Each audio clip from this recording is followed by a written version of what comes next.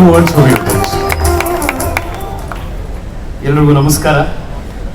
ನಮ್ಮ ಯೋಗ ಹೇಗೆ ಅಂದ್ರೆ ಬಹಳ ದಿವಸ ಆಗಿತ್ತು ಅಂತ ವಿಜಯ್ ಪ್ರಕಾಶ್ ಅವರು ನೆನ್ನೆನೋ ಮೊನ್ನೆನೋ ವಾಟ್ಸ್ಆ್ಯಪ್ ಮಾಡಿದ್ರು, ಸರ್ ಬಹಳ ದಿವಸ ಆಗಿದೆ ಸಿಕ್ಕಿ ಅಂತ.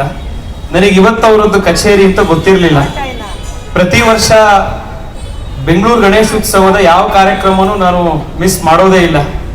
ಆದ್ರೆ ಈ ಸತಿ ನಿಮ್ಮೆಲ್ಲರಿಗೂ ಗೊತ್ತಿದೆ, ಗಣಪತಿ ಹಬ್ಬದ ದಿವಸನೇ ಪ್ರಧಾನ ಮಂತ್ರಿಗಳು ಹೊಸ ಪಾರ್ಲಿಮೆಂಟ್ ನ ಉದ್ಘಾಟನೆಯನ್ನ ಮಾಡಿಸಿದ್ರು. ಸ್ಪೆಷಲ್ ಸೆಷನ್ ಇದ್ದಿದ್ರಿಂದ ನಾನು ಇರ್ಲಿಲ್ಲ. ಆದ್ರೆ ಇವತ್ತು ಕಡೆ ದಿವಸ ಅಂತ ಗೊತ್ತಾಯ್ತು. ಇಲ್ಲಿ ಬಂದಾಗ ಧ್ವನಿ ವಿಜಯ್ ಪ್ರಕಾಶ್ ಅವ್ರದ್ದು ಕೇಳಿಸ್ತು. ನಮ್ಮ ಸ್ನೇಹ ಒಂದು ಕಾಸ್ಮಿಕ್ ಬಾಂಡ್ ಹೊಂದಿದ್ರಿಂದ ಇವತ್ತು ಮತ್ತೆ ಅವ್ರ ಜೊತೆಗೆ ಬಂದು ಅವರ ಸಂಗೀತವನ್ನ ನಿಮ್ಮೆಲ್ಲರ ಜೊತೆಗೆ ಕೇಳುವಂತ ಒಂದು ಅವಕಾಶ ಸಿಕ್ತು. ವಿಜಯ್ ಪ್ರಕಾಶ್ ಅವರ ಸಂಗೀತದ ವಿಶೇಷತೆ ಅಂದ್ರೆ ಅವ್ರು ಕರ್ನಾಟಕ ಶಾಸ್ತ್ರೀಯ ಹಾಡಿದ್ರು ಅದ್ಭುತವಾಗಿ ಹಾಡ್ತಾರೆ, ಹಿಂದೂಸ್ತಾನಿ ಹಾಡಿದ್ರೆ ಹಿಂದೂಸ್ತಾನಿಯ ವಿದ್ವಾಂಸರನ್ನು ಮೀರಿಸೋ ಹಾಗೆ ಹಾಡ್ತಾರೆ. ಸಿನಿಮಾ ಸಂಗೀತ ಅಂತೂ ನಾವೆಲ್ಲರೂ ಪಟ್ಟಿದ್ದೀವಿ. ಅವರು ಜಾಝು, ಪಾಪ್, ಬೇರೆ ಎಲ್ಲ ಪ್ರಕಾರದ ಜಾನ್ರಾ ಮ್ಯೂಸಿಕ್ ಅನ್ನ ಅಷ್ಟೇ ವರ್ಸಟೈಲ್ ಆಗಿ ಬಹಳ ಚೆನ್ನಾಗಿ ಆಡುವಂತ ನಮ್ಮ ವಿಜಯ್ ಪ್ರಕಾಶ್ ಅವರು, ನಮ್ಮವರು, ಕನ್ನಡದವರು ನಮಗೆ ಬಹಳ ಹೆಮ್ಮೆ. So thank you so much sir. ಭಗವಂತ ನಿಮಗೆ ಮತ್ತಷ್ಟು ಶಕ್ತಿ ಕೊಡ್ಲಿ. ಇವತ್ತು ನಮ್ಮ ಹಿರಿಯರಾದಂಥ ಗೌರಿಶಂಕರ್ ಸಾಹೇಬ್ರಿದ್ದಾರೆ. ಅವ್ರ ನೇತೃತ್ವದಲ್ಲಿ ಶ್ರೀಮಠದ ಕೆಲಸ ಇರ್ಬೋದು, ದೇಶ ವಿದೇಶಗಳಲ್ಲಿ ಧರ್ಮ ಸಂಸ್ಕೃತಿಯ ಪುನರುತ್ಥಾನದ ಕೆಲಸ ನಡೀತಾ ಇದೆ. ನಾವೆಲ್ಲರೂ ಬಹಳ ಹೆಮ್ಮೆ ಪಡುವಂಥ ಒಂದೇ ಒಂದು ವಿಷಯವನ್ನು ನಿಮಗೆ ಗಮನಕ್ಕೆ ತರ್ತೇನೆ. ಕೇವಲ 1 ವರ್ಷಗಳ ಹಿಂದೆ ಪಾಕ್ ಆಕ್ಯುಪೈಡ್ ಕಾಶ್ಮೀರ್ನ ಬಾರ್ಡರ್ ನಲ್ಲಿರುವಂತ ಭಾರತ ದೇಶದ ಲಾಸ್ಟ್ ಹಳ್ಳಿಯಲ್ಲಿ ಪೂಜ್ಯ ಮಹಾಸ್ವಾಮಿಗಳ ಸಂಕಲ್ಪದ ಶಕ್ತಿಯಿಂದಾಗಿ ಎಲ್ಲಿ ಬರೀ ಭಯೋತ್ಪಾದನೆಯ ಬಂದೂಕುಗಳ ಬುಲೆಟ್ಗಳ ಸೌಂಡ್ ಕೇಳ್ತಿತ್ತೋ ಅಲ್ಲಿ ಇವತ್ತು ಗೌರಿಶಂಕರ್ ಅವರ ಪ್ರಯತ್ನದಿಂದ, ಪೂಜ್ಯ ಸ್ವಾಮೀಜಿಗಳ ಸಂಕಲ್ಪದ ಆಧಾರದ ಶಕ್ತಿಯಿಂದ ಶಂಕರಾಚಾರ್ಯರ ದೇವಸ್ಥಾನದ ಉದ್ಘಾಟನೆಯನ್ನ ಅಮಿತ್ ಶಾ ಅವರು ಮಾಡಿದರು.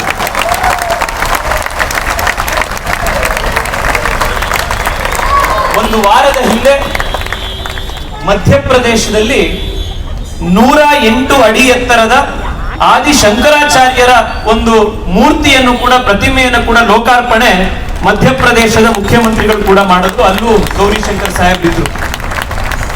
ಎಲ್ಲ ಕಡೆ ಈ ರೀತಿಯ ಧಾರ್ಮಿಕ ಕೆಲಸಗಳು ನಡೆದಾಗ ಅವರು ಮುಂಚೂಣಿಯಲ್ಲಿದ್ದು ಅದನ್ನ ಪ್ರೋತ್ಸಾಹಿಸ್ತಾ ಇದ್ದಾರೆ.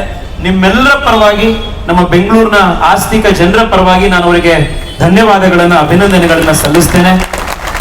ಪ್ರತಿ ಸತಿನೂ ಒಂದ್ ರೀತಿ ವೋಟ್ ಆಫ್ ಥ್ಯಾಂಕ್ಸ್ ನಾನೇ ಮಾಡ್ತಿರ್ತೀವಿ BGU.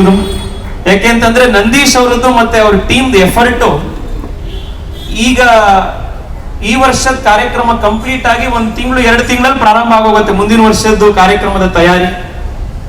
ಕೆಲವು ಸತಿ ನಾವು ನಿಮಗೆ ಸಾರ್ವಜನಿಕವಾಗಿ ಹೇಳಲಿಕ್ಕೆ ಆಗಲ್ಲ ಅವ್ರು ಪಡುವಂತ ಕಷ್ಟಗಳು, ಎಲ್ಲೆಲ್ಲಿಂದ ವಿಘ್ನಗಳು ಬರ್ತವೆ ಏನು ಅಂತ. ಆದ್ರೆ ನಿಜವಾಗ್ಲೂ ವಿಘ್ನ ನಿವಾರಕನೇ ಅವ್ರ ಜೊತೆಗೆ ಇರೋದ್ರಿಂದ ಎಲ್ಲವೂ ಒಂದ್ ರೀತಿ ಹೋಗಿ ಕಾರ್ಯಕ್ರಮಗಳು ಪ್ರತಿ ವರ್ಷ ಆಗುತ್ತೆ. ಈ ಬಾರಿ ಕೂಡ ಬಹಳ ಚೆನ್ನಾಗಿ ಮಾಡಿದ್ದಾರೆ. ಆದ್ರೆ ಈ ಸತಿ ಒಂದು ಕಂಪ್ಲೇಂಟ್ ಏನು ಅಂತಂದ್ರೆ, ಪ್ರತಿ ಸತಿ ಎಲ್ಲಾ ಕಾರ್ಯಕ್ರಮಗಳು ನಮ್ಮ ಬಸವನಗುಡಿಲೇ ಇರ್ತಾ ಇದ್ವು. ಈ ಸತಿ 4-5 ಕಾರ್ಯಕ್ರಮ ಇದೆಲ್ಲ ದೂರ ತಗೊಂಡೋಗಿ ಇಟ್ಬಿಟ್ಟಿದ್ದೀರಾ. ಈ ಸತಿ ಒಂದ್ ಸಣ್ಣ ಪುಟ್ಟ ಬೇರೆ ಸಮಸ್ಯೆಗಳಾಗಿದ್ದು ಅದನ್ನೆಲ್ಲ ಬಗೆಹರಿಸುವಂತ ಪ್ರಯತ್ನ ನಡೀತಾ ಇದೆ. ಮುಂದಿನ ವರ್ಷಕ್ಕೆ ಮತ್ತೆ ನಮ್ಮ ಬಸವನಗುಡಿಯಲ್ಲೇ ಅಷ್ಟೂ ಕಾರ್ಯಕ್ರಮ ಆಗೋದಿಕ್ಕೆ ಏನ್ ಪ್ರಯತ್ನ ಮಾಡಬೇಕು ನಾವೆಲ್ಲರೂ ಸೇರಿ ಮಾಡೋಣ. ಗಳೆದಾಗ ಒಂದೇ ಒಂದು ಬಹಳ ಸಂತೋಷದ ಸುದ್ದಿ, ನೀವೆಲ್ಲರೂ ಬಹಳ ಖುಷಿ ಪಡುವಂಥದ್ದು. ಇವಾಗ ತಾನೇ ಇವತ್ತು ಅಯೋಧ್ಯೆಯ ರಾಮ ಮಂದಿರದ ಉದ್ಘಾಟನೆಯ ದಿನಾಂಕ ಜನವರಿ 22 ಅನ್ನುವಂಥದ್ದನ್ನ ತಯಾರಾಗಿದೆ, ನಿಶ್ಚಯ ಆಗಿದೆ. 500-600 ವರ್ಷದಿಂದ ಸತತವಾಗಿ ಕಾಯ್ತಾ ಇದ್ದಂತ ಒಂದು ಸುದಿನ ಜನವರಿ 22ಕ್ಕೆ ಬರುವಂಥದ್ದಿದೆ. ಭಗವಂತನ ಆಶೀರ್ವಾದ ನಮ್ಮೆಲ್ಲರ ಮೇಲೂ ಇರಲಿ. ಭಾರತ್ ಮಾತಾ ಕಿ ಜೈ ಶ್ರೀರಾಮ್. ಜೈ ಶ್ರೀರಾಮ್.